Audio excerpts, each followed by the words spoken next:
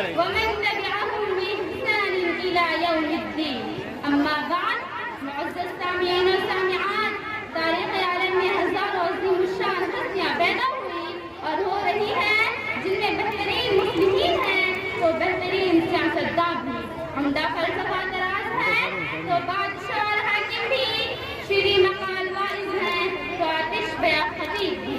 لیکن جب ہم ان کی زندگیوں کا بغور مشاہدہ کرتے ہیں تو ہم دیکھتے ہیں کہ ان کی قوتوں کا سارا رس زندگی کی کسی ایک شاخ میں چوس گیا اور باقی تمام پہلیاں سوکھی رہ گئی.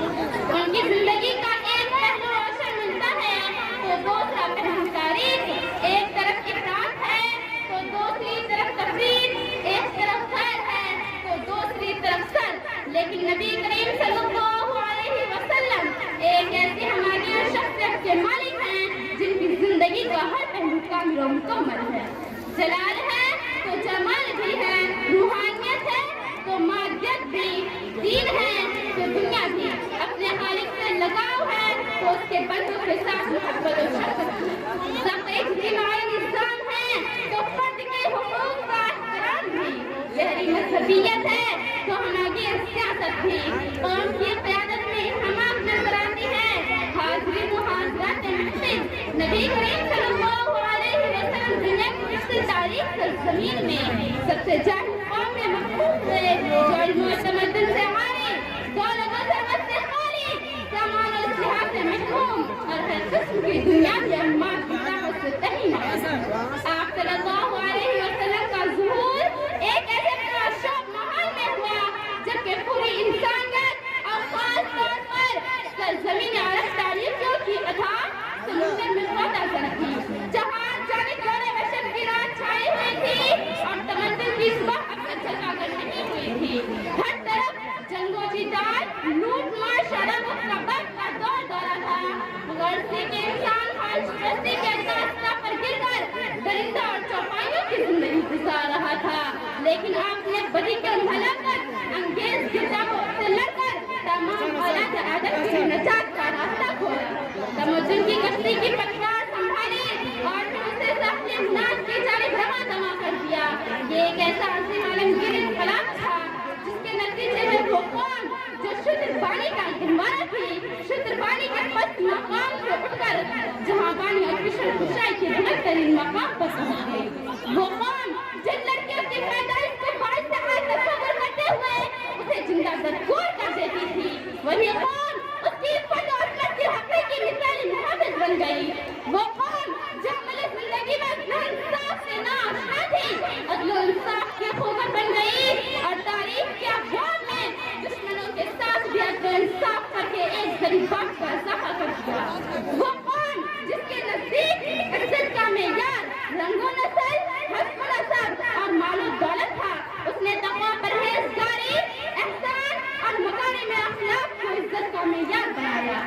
وہ قوم جو شراب، زنا، سود اور جوئے کی گردادہ تھی، اسی قوم نے انما الخمر والمیسر کے اعلان پر جنگ کے جم اور سر کو نالیوں میں بڑھا دیے، نکاح کو شعار بنایا اور زکوٰۃ و صدقات کے ذریعے ایک دوسرے کی کفالت کرنے والی قوم بن گئی. دنیا کی سب سے غریب و مفلس قوم، سب سے بڑی دولت مند، سب سے نادان و جاہل و ببشی قوم، عالم و علم پرور اور متمدن تعلیم قوم ہو گئی. دنیا کی سب سے ضعیف و کمزور قوم، سب سے قوی اور سب پر غالب آ گئی. وہ قوم جسے دنیا میں کبھی سیاسی عزت نصیب نہیں ہوا تھا، وہ دنیا کی پہلی آئین پسند اور پابند قانونوں کی گردادہ بن گئی اور اس نے دنیا کی شہنشاہی کا تاج اپنے سر پر رکھا.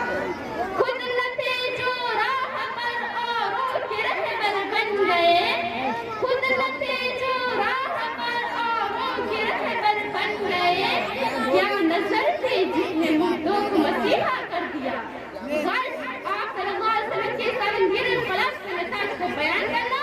جو شیر لانے سے کچھ کم نہیں ہے. تاریخ میں جتنے بھی مدبر اور سیاستداں گزرے، انہوں نے اپنی صرف تکمیل میں دنیاوی مفاد کا لالچ، رنگ و نسل، حسب و نسب، قوم و وطن کی تعصبات اور جذبات کی برنگیت جیسی محرکات کا استعمال کیا.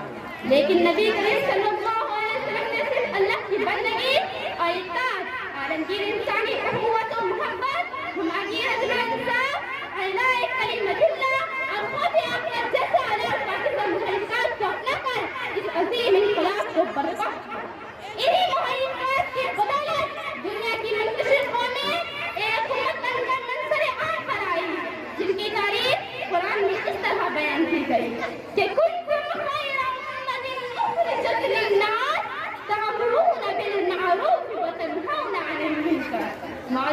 سامعین و سامعات، نبی کریم صلی اللہ علیہ وسلم سیاست کا ایک عظیم پہلو یہ ہے کہ آپ صلی اللہ علیہ وسلم نے ملک کے گوشے گوشے میں امن و سکون اور انصاف کی حکومت قائم کی، اور اس کے قیام کے دوران آپ صلی اللہ علیہ وسلم کو بے شمار طعن اور تسلیم کا سامنا کرنا پڑا۔ کبھی شعبی ابتدائی میں نظر بند ہونا پڑا تو کبھی یہودیوں کی سازشوں اور منافقین کی شرانگیزیوں کا بھی سامنا کرنا پڑا۔ در حقیقت آپ صلی اللہ علیہ وسلم بحیثیت ایک ماہر سیاست اور ایک مدبر کے تمام عالم انسانی کے لیے